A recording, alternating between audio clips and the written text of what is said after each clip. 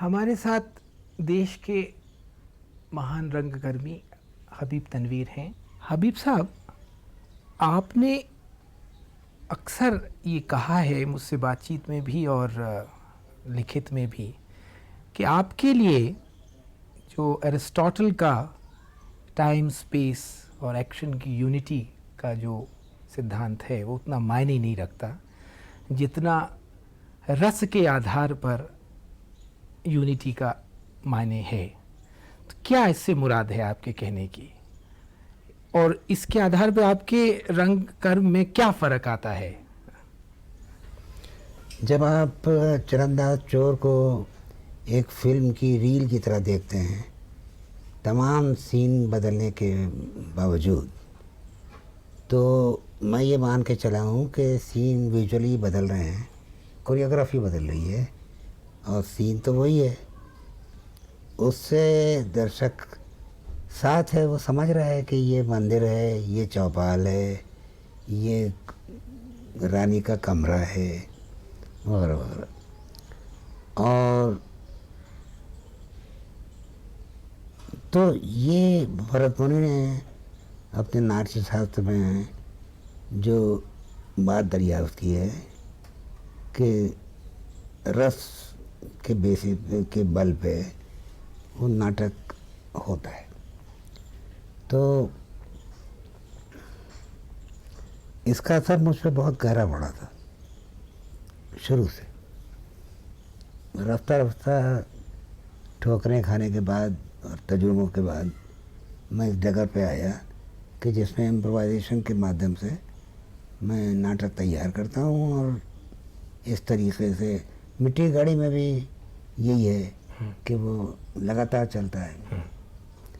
तो और फिर ये कि मिट्टी की गाड़ी में तो और भी चूँकि संस्कृत का नाटक है तो उसके अंदर तो सभी भंग हो जाते हैं, टाइम और स्पेस और एक्शन।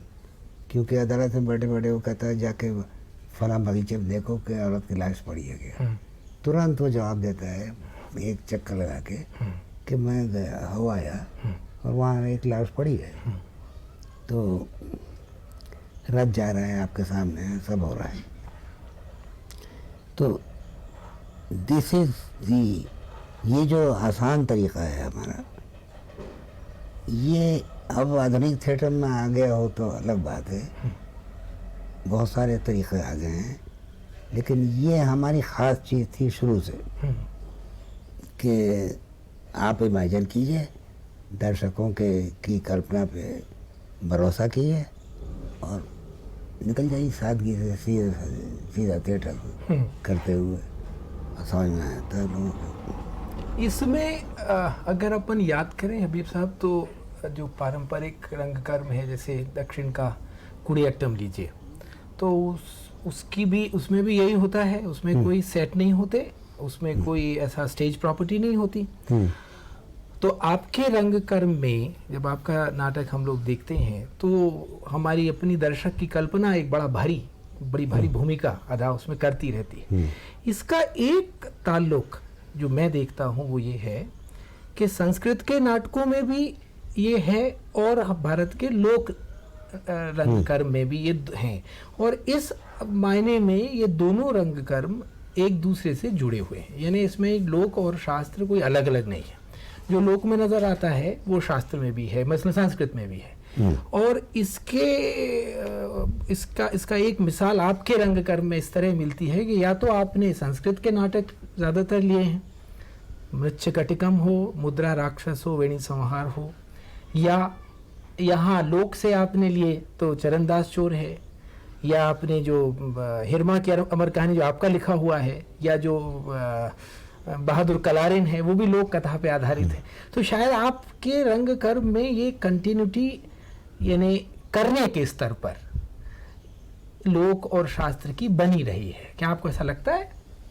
हाँ, वो तो शौरी तौर से मैंने जानबूझ के किया भी है, क्योंकि मेरा सिद्धांत ये है कि जैसा मेरा सिद्धांत नहीं, मतलब सब जानते हैं, सब तो नहीं जानते, मगर कुछ लोग जो सूझबूझ वाले हैं वो जानते हैं कि लोक पहले आया और शास्त्र शास्त्री ये नाटक बाद में आए और उनके प्रभाव से के आधार पर आए और फिर उन्होंने प्रभावित किया लोक को।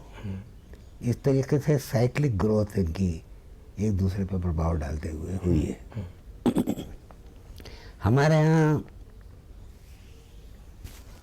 मैं कह सकता हूँ कि ऋग्वेद जब आग के इर्द गिर्द उसके श्लोक पढ़े जाते थे तो वो गोया ड्रामा एम्ब्रियोनिक फॉर्म में था। मैं ही मान के चलूँ जिस तरह के बकनालिया ग्रीस में एस्किलस का आधार है और वहाँ से उनकी भी यात्रा शुरू होती है और हमारी भी आगे पीछे। तो और उसके अंदर सादगी यकीनन है और रस के बल पे हमारे यहाँ तो कम से कम ये चलता है और रस के बल पे लोग भी चलता है। तो ये उसका प्रभाव, उसका नतीजा है कि फोक थिएटर वही करता है जो उसको सूट करता है और वो जानता है कि हमारे मिजाज में ये सादगी है कि हम चाहें तो अयोध्या से लंका पहुंच जाएं उसी स्पेस में और बगैर सीन चेंज के सिर्फ एक्टर ज़रा सा क्लॉकवाइज घूम जाए, एंटी क्लॉकवाइज में वापस आ जाता है वो अयोध्या और दर्शक उसको मान लेते हैं। तो ये सादगी है हमारी। जो जिसको आप कह रहे हैं ना वैदिक, जो मान लीजिए एनेक्टमेंट कह लें, क्योंकि वेद पाठ में अलग अलग पुरोहित होते हैं और वो अलग अलग उनकी भूमिकाएं होती हैं, फिर वो अलग अलग जगह पर उठ के पाठ करते हैं या बैठ के पाठ करते हैं। वो आधार रहने से, ऐसा मुझे लगता है कि वो आधार रहने से हुआ क्या है कि हमारे यहाँ एक से अधिक अभिनेता हमेशा से रहे, जबकि ग्रीक थिएटर में आपको मालूम ही है कि एस्केलिस के पहले तक एक अभिनेता होता था और एक कोरस था। अभिनेता अपनी बात कहता था और कोरस उसको सपोर्ट करता था। एस्केलिस एक्चुअली दूसरा एक्टर लाया है जो कि उनका मेजर इन्वेंशन वो कहते हैं। तो हमारे यहाँ ये अच्छा, इस वैदिक उससे जो जोड़ने की आप बात कर रहे हैं उससे एक और बात आपके रंगमंच की निकलती है, वो ये है कि ये संगीत से जुड़ा हुआ है। यानी आपका रंगमंच का जो बांधने का जो ढंग है, आप अपने रंगमंच को संगीत से बांधते हैं। मतलब उसका जो उसको जो एक रूप मिलता है रंगमंच को, और वो भी एक तरह से भरत मतानुसार है कि भरत कहते हैं कि जो संगीत है वो नाट्य की शैया है, यानी संगीत ही रूप देता है थिएटर को। और आपके रंगमंच में जो संगीत है वो पूरे रंगमंच को रूप देता है। और ये आपने, और इसमें आप लोक धुनों का, मतलब इसमें सवाल मैं ये पूछना चाहता हूँ कि शुरू आपके मन में जब नाटक आता है कि आप इसको करेंगे कैसे, तो क्या आपके मन में संगीत कुछ आता है? किस रूप में आप शुरू कंसीव कैसे करते हैं रंग मंच को? संगीत, नृत्य और नाटक, इन तीनों का मिलन तो हमारे यहाँ है भारत नाट्य शास्त्र में। और दूसरे किस्म का थिएटर हम मानते नहीं हैं, शुरू से ये चला है। ये कुछ वेस्ट में भी डांस की शाखा बाद में अलग हुई, बैले निकला, संगीत की से ओपेरा निकल आया, वो बहुत बात की चीज़ है। बहुत बात की। शुरू में तो ये सब तीनों चीज़ें एक ही थी, मानी जाती थी जी। और नाटक हमारे यहाँ भी काव्य का एक रूप है और वेस्ट में भी था। बिल्कुल। ये तो बाद में प्रोग्राम में लिया। तो हमारे यहाँ भी ग्रीस की तरह कम से कम लोक थिएटर में अभी तक मौजूद है कि 1 से 2 और 2 से 3। तो 3 का जो कॉम्प्लिकेशन है कि उसको जगह कैसे दी है, उसकी तरफ बॉल कैसे फेंके, तो वो 3 और 30 में फर्क नहीं होता। तीसरे को अगर आपने एकोमोडेट कर लिया जी, तो 30 आदमी को कर सकते हैं। वो शुरू ही में बस वो तो इनके यहाँ मैसेंजर के शक्ल में या किसी और रूप में 3। चूँकि हमारा लोक थिएटर इम्प्रोवाइजेशन का थिएटर है आम तौर से, ख़ास तौर से छत्तीसगढ़ का थिएटर नाचा, जी गम्मत, नकल, तो उसमें 2 आदमी जितना अच्छा इम्प्रोवाइज कर सकते हैं, तीसरा है क्राउड, बिकॉज देन इम्प्रोवाइजेशन बंद होता है। तो वो तो कासिद का रहा मैसेंजर की तरह या इसी बहाने तीसरा आ जाता है, वो 2 लड़के उसको लेके निकलते हैं इम्प्रोवाइजेशन को। और एस्किलस से इवन अप टू सोफोक्लिस, एक क्लेरमॉन्ट है, एक इडिपस है, और बाकी कोरस है। और जो कास्टा की खबर आती है तो आंखें फोड़ ली, ठीक बात है। और इडिपस छोड़ देता। तो उस वक्त तक के प्रिमिटिव हुए थिएटर, वो एरिस्टोफेनेस तक और मीडिया वगैरह तक डाइवर्सिफाई हुआ। बिल्कुल। और हमारे यहाँ शास्त्रीय नाटक तो ऑलरेडी इतना डेवलप्ड रूप में आया है कि उसके अंदर ये गिनती नजर नहीं आती है। हालांकि इसमें कोई शक नहीं कि भास से लेके और कालिदास और भभूति तक और हर्ष और विशाख दत्त तक परिवर्तन जरूर आया है। हाँ ये फॉर्म्स के। हाँ हाँ। तो वो ज़्यादा स्पार्स बास और कम कम जो बने त्रिकनापल्ली बने प्लेयर हैं। तो ये देखने में आता है, मगर ये नहीं देखने में आता कि 1 से 2 और 2 से 3। हाँ, हमारे यहाँ नहीं आता। हमारे यहाँ आपको लोग- भास में भी ज्यादा मिलेंगे। हैं? भास में 1 से अधिक अभिनेता शुरू से ही हैं। हाँ। और दूसरा आपका एक बहुत संगीत पर के अलावा, संगीत पे हम लोग बाद में आ जाएंगे, संगीत के अलावा आपके रंगकर्म में जो आहार्य है उसका आप बहुत ऐसे नाटक शायद चुनते भी हैं, या आप जो भी नाटक चुनते हैं जिनमें आहार्य को आप बड़ी भारी भूमिका हमेशा देते हैं। मिट्टी की गाड़ी में जो उसके जेवर हैं, उसको आपने जितने सुंदर ढंग से किया है मिट्टी की गाड़ी में, कि वो उसमें सारे जेवर डालती है। तो आपकी दृष्टि में पूरी दुनिया के रंगमंच में ऐसे कौन से लोग हैं? कालिदास हम जानते हैं, मुद्रा राक्षस का हमने नाम लिया, मिट्टी की गाड़ी, शूद्रक का नाम ले सकते हैं। पूरे विश्व रंगमंच में, थिएटर में ऐसे कौन से लोग हैं जिनमें आपको लगा कि जिन्होंने आहार्य पर बहुत ध्यान दिया है, मतलब जिनके लिए आहार्य बहुत शेक्सपियर ने दिया, शेक्सपियर ने बहुत ध्यान दिया। हाँ हमारे यहाँ तो कालिदास ने भी ध्यान दिया, मरोटी, हाँ शकुंतला, बिल्कुल, और मिट्टी घड़ी तो है ही।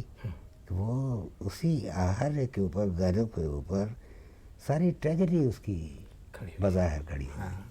और उसके बाद वो हट भी गई, तो वो उसी माध्यम से कि वो साबित हो गया कि आहार्य वसंतेना के इस तरह नहीं आए हैं कि वो मर्डर हो गई हो।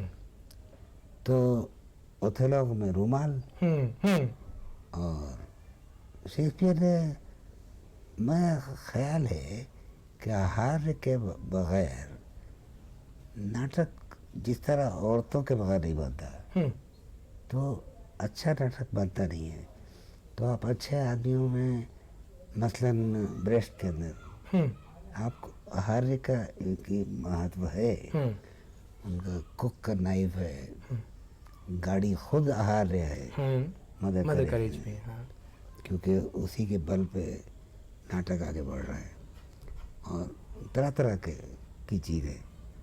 तो ये, हाँ, अलबत्ता ये कि हमारे यहाँ आहार्य को एक अहमियत दी गई है जो शायद इस तरह थियरी बनी दी गई, नहीं दी गई यूरोप में, हाँ वेस्ट में नहीं दी है। ठीक बात है।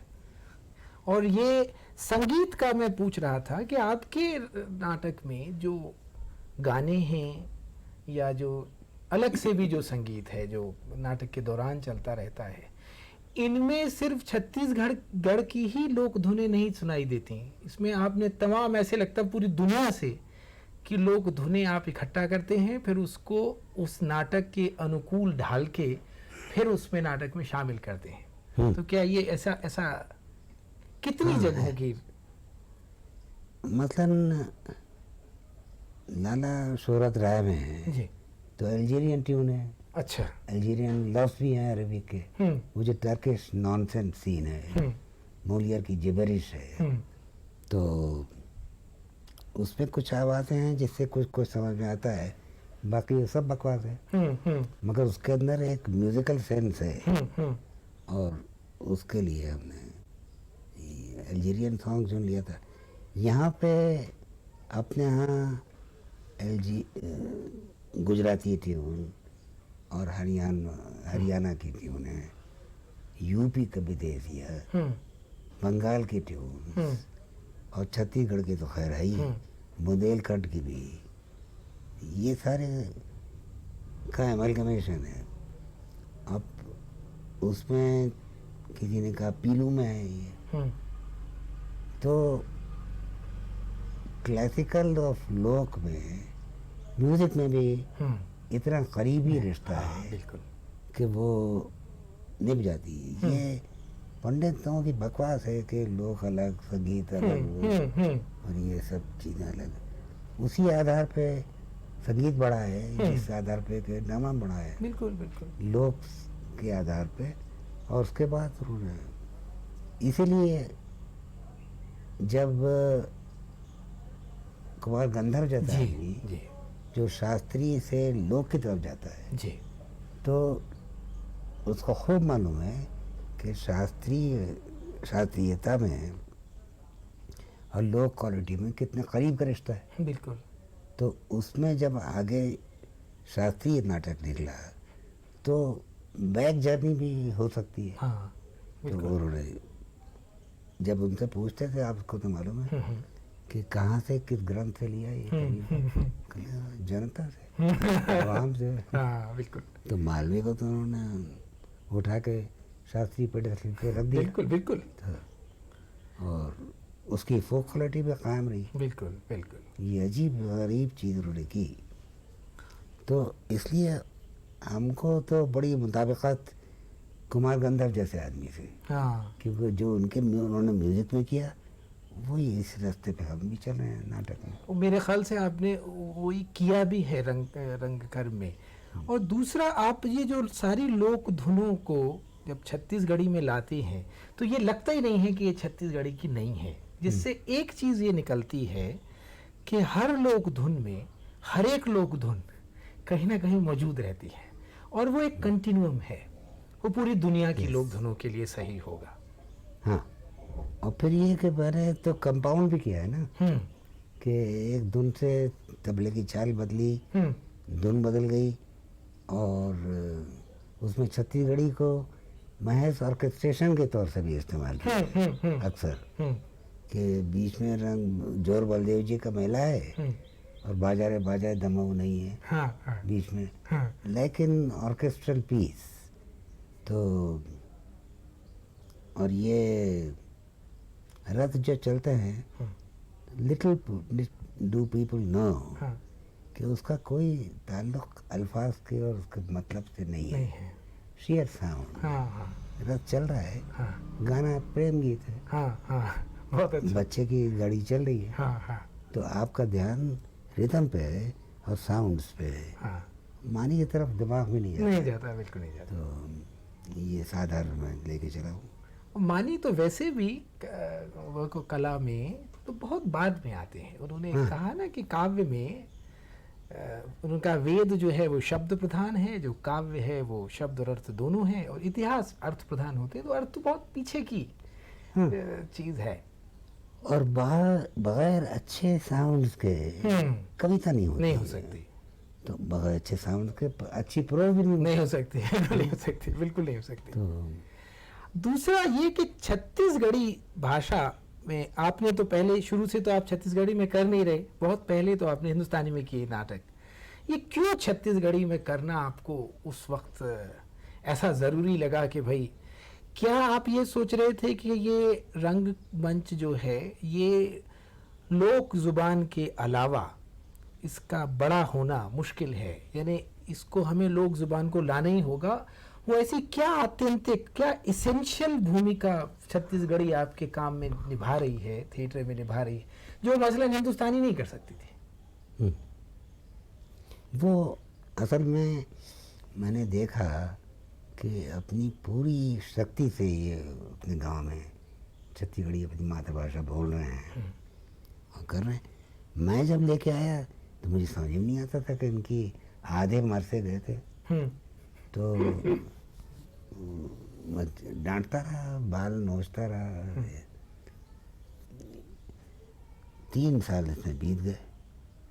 फिर मैंने महसूस किया कि ये मातृभाषा भाषा की का जो महत्व है उसको नहीं भूलना चाहिए, उसमें इनकी शक्ति है।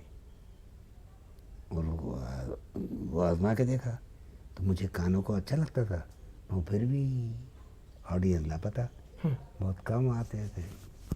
70 से 73 तक के यही हुआ।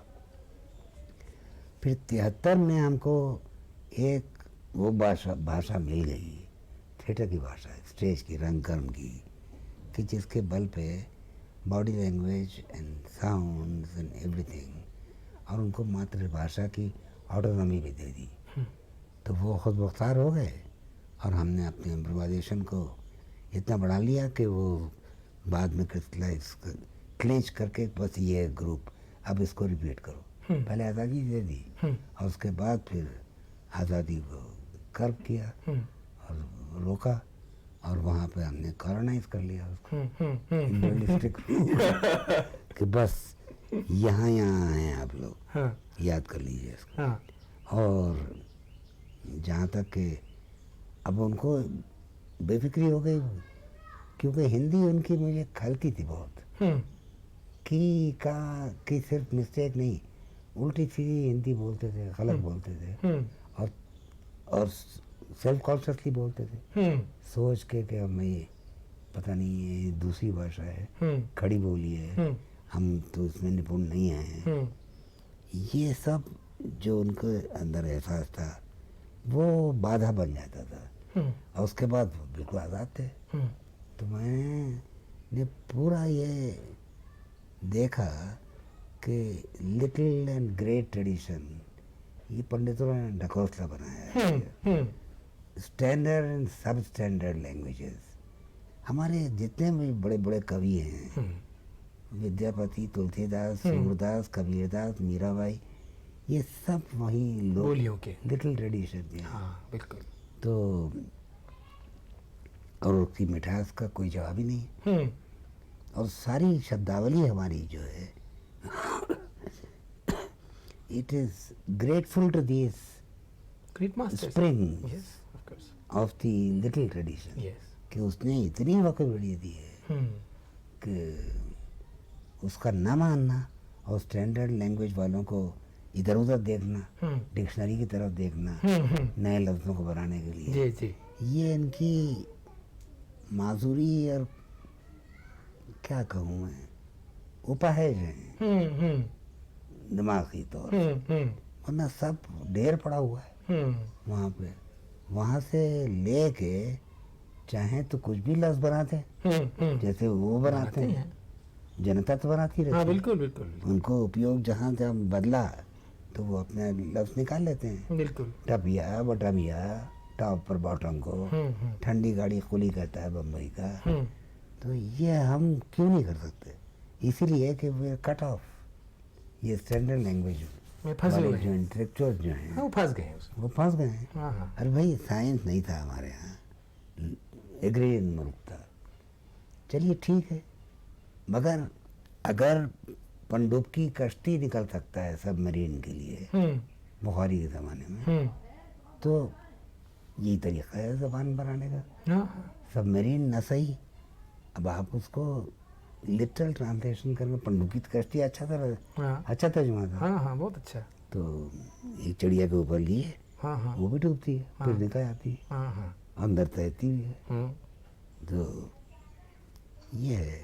लेकिन ये जो जितनी बोलियां भी हैं हबीब साहब, इनका एक अपना विजडम भी है, मतलब ऐसा नहीं है कि ये उस विजडम का आपके रंगमंच पे बहुत गहरा, आपके रंगमंच में स्थान है। यानी आपने सिर्फ उसको बोली के रूप में नहीं लिया है, बल्कि वो जो विवेक है, वो जो लोक भाषाओं में या भाषा में जो उनका एक किस्म का कलेक्टिव जो विवेक है, विजडम है, वो भी आपके रंगमंच में एक भूमिका अदा करता है।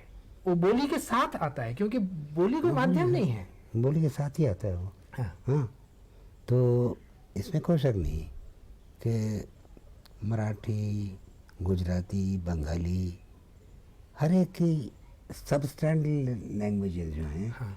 उनके बॉडी में विषय वस्तु का भी फर्क है। हाँ।